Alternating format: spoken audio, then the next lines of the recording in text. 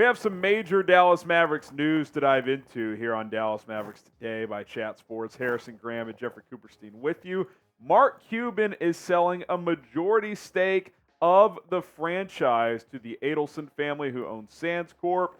And Coop, shocking. This is big news, not because Cuban's not going to be involved. We'll get into that in just a moment here, but I don't think anybody saw this coming. Mark Cuban never really struck me as a guy that would be willing to give up majority financial control of this team, but here we are. He's leaving, I can't think of the show all of a sudden. Shark Tank, and now he's selling the Mavericks. Yeah, he announces on the same day that he says he's leaving Shark Tank that he's going to sell a majority stake in the Mavericks. So let's just catch you up on everything that's happened. Here's what we know right now. He's selling a majority stake with the valuation of $3.5 billion. We don't know exactly how big of a stake the Adelson family is buying, but it is a majority stake, so it's at least more than half of $3.5 billion. Well, they'll have at least 51% of financial control. Cuban's still going to retain control of basketball operations, which is kind of surprising considering he'll be the minority owner now, but I guess the Adelson family didn't really want anything to do with the actual basketball side of things, so Cuban will still be in charge there.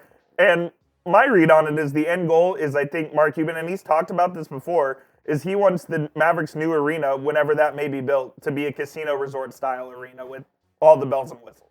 Yeah, and look, obviously there's a lot of hoops to jump through with the politics of the state. Obviously, gambling is not legal in Texas right now. Could that change? Could a family with the power of the Adelsons... They own the Venetian in Las Vegas and a couple of other casinos. They're very politically influenced as well, so they have some ties and could get things done. Yeah, I'd definitely be interested to see how that all plays out. I think the second bullet point there, though, in terms of what the fan base is most interested in, is that Cuban will still be in charge of basketball operations. And you got to think that is the only way he would have even considered doing this. Because he certainly has other business avenues that he's constantly exploring. He did the Shark Tank stuff, obviously. He's done his cost plus drugs, all that stuff. He's always had things going on, but he loves the Mavericks. And he would not sell a majority stake if he still wasn't going to be in control and heavily involved. So it seems like the agreement between him and the Adelsons is a win-win, where he can get more financial capital. They've got influence to get what he wants at the end of the day, which is a new arena, casino-style setup, maybe in the next 10 to 12 years. And he still is heavily involved in the basketball side of it as well. Yeah, and what a profit he made. He buys his majority stake of the Mavericks in 2000 for $285 million, and he's going to get somewhere around $2 billion. I think I saw it's about a 2,500% increase revenue. Now, so congrats on certainly is a lot of that, but congrats, Mark. Congrats on the billions to Mr. Cuban for sure. What is your guys' one-word reaction to the news of Cuban selling the Mavericks, the majority of the Mavericks, I should say? My one word, and I'm going to speak for Harrison as well, shocking. I didn't expect it to happen. I wasn't expecting anything like this to come down the pipeline. And here we are yesterday. I really couldn't believe when I saw the tweets coming out about it. Well, and what's fascinating, too, is I'd love to see the contractual stuff of this, because obviously they've agreed to let him run basketball operations, but do the Adelsons have control to undermine that at some point? Exactly. Like, that's what I want to know. I got to think Cuban's got it in written whatever legal form that he has full control of that. But if they're the majority owner... And I do know that the son of the Adelson family does own a basketball team in Israel. So if there's a part of that maybe is interchangeable, it would be him. I just wonder, because, like, what if 10 years go by and the Mavericks aren't competitive and the Adelsons Well, exactly. And what if, like, there's a rift between the two or whatever? How does that work out? So we don't know all those details yet, but we'll keep you updated if we find anything. Point, it's very shocking. I never thought Cuban would go down this road again, at least in the short term. It doesn't appear that he's going anywhere, that really anything's changing in terms of how the franchise is being run. It seems like this is about the external stuff, new arena, casino, all of that good stuff. More Mavericks storylines to dive into here in just a moment, but first we got to tell you about our sponsor, Factor. Factor is America's #1 ready-to-eat meal delivery service. It can help you fuel up for breakfast, lunch, and dinner with chef-prepared, dietitian ready to eat meals delivered straight to your door. Let's face it, during the holidays, it's hard to find time to grocery shop, meal prep. Doing all the cutting, the cooking, all that good stuff. The cleanup afterwards always takes forever. With Factor, you get these meals delivered straight to your doorstep. Takes you a couple minutes to prepare. Throw it in the microwave, you're good to go. And Coop will even tell you can get protein shakes from them as well. Yeah. He had one this morning. Yeah, it was pretty solid. I had a little strawberry banana smoothie. It was very solid, and these meals are awesome. The Southwest ground beef and rice is something I had last night for dinner, and I absolutely loved it. Yeah, delicious meals. They have calorie-conscious options, high-protein options. They have just the chef-recommended stuff. So whatever is on your menu, if you will, they've got plenty of options. Get 50% off at factormeals.com/NBAchat50. Got to use that code NBAchat50. That's going to get you 50% off at factormeals.com/NBAchat50. Link and promo code in the description and comments of this video. Let's talk about this game last night, Coop. You went with fellow Chat Sports employee Jeremy Chuggs, who's a Rockets fan. You guys took this one in together. Really good game, back and forth. Yeah. The Rockets hung around, but Dallas pulled away late, and Luka Doncic was terrific. Yeah, solid game. The Mavs fell down by as much as 9, I believe, early in the third quarter, but they were able to come back and pull this one out. Luka and Kyrie were great. Kyrie was really quiet, and then I believe he scored 20 points in the last 14 minutes of the game. So he's just a late third quarter, fourth quarter killer. But yeah, Luka was great. He ended up hitting 40 because Scott Foster had to make it about himself, and the game was over. The Rockets attempted 3 with 2 seconds left while the Mavericks are up 4. Scott Foster calls a foul with half a second left. So Luka gets his 40. No harm, no foul. But yeah, really good win for the Mavs as well. 41 points, 9 and 9 for Luka. Kyrie ends with 27, 5 assists as well. And like I said, about 20 of those points came in the last 2 minutes of the third and the fourth. I believe he started 2 for 11 in this one, so goes 6 for 11 the rest of the way. Got hot late in the second half, like you mentioned there. And I think this was an important game, Coop, because the Mavs have been a little up and down recently.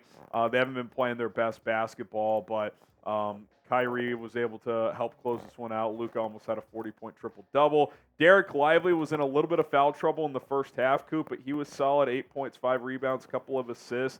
It just continues to be clear that when he plays, he has a big impact. Yeah, they're a different team. This was obviously his first game back after he sustained that injury against the Lakers, and he looked fine. I mean, yeah, he did get into some foul trouble. They had to put Rashawn Holmes in the game, who also got into foul trouble, so Dwight Powell had to make an appearance as well. So the Mavs used all of their fraudulent backup centers there, but no, Lively obviously just makes this team and gives this team a different dynamic as well.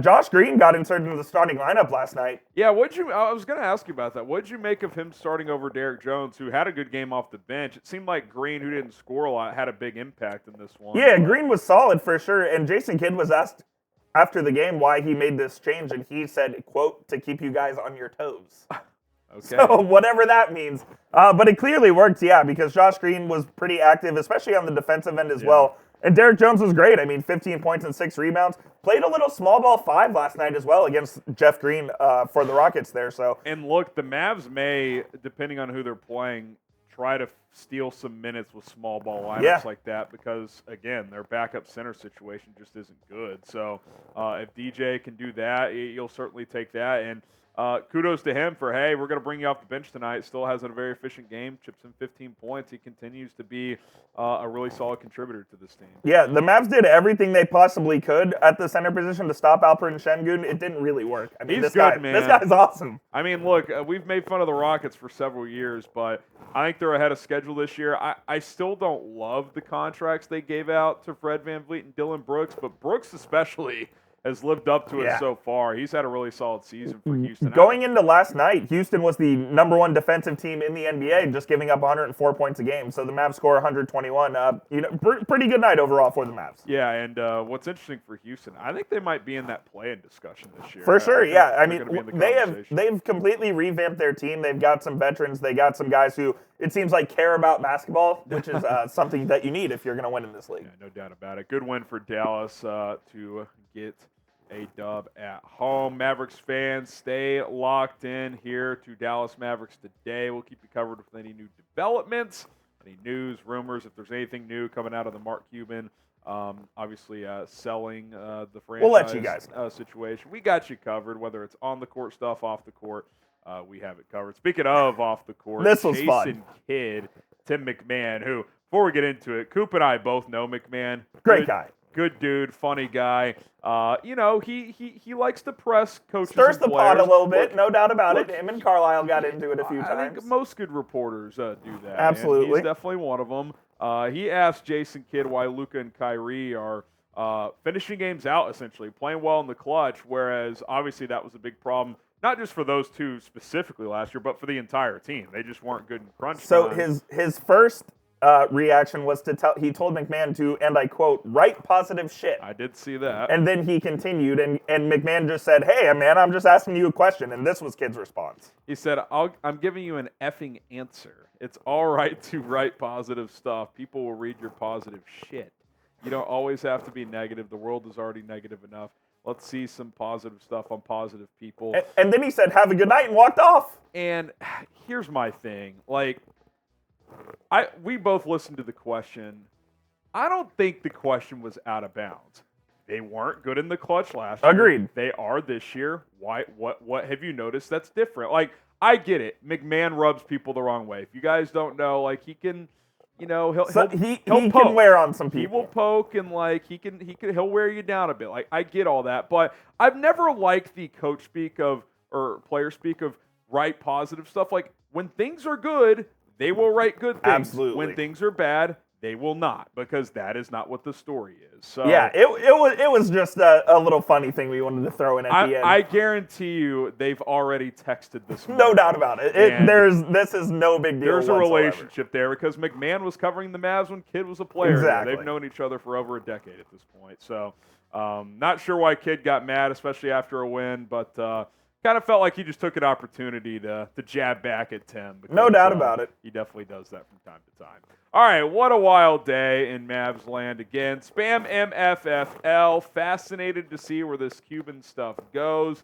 By the way, I don't really buy the wild theories that are out there. There's a couple theories. One, Running for president? He's broke. He's not broke. Not broke. I don't believe he's making a run at two, the White House. Could I see 28? I could see Maybe. 2028. I don't like this. It's a little late to get in the game.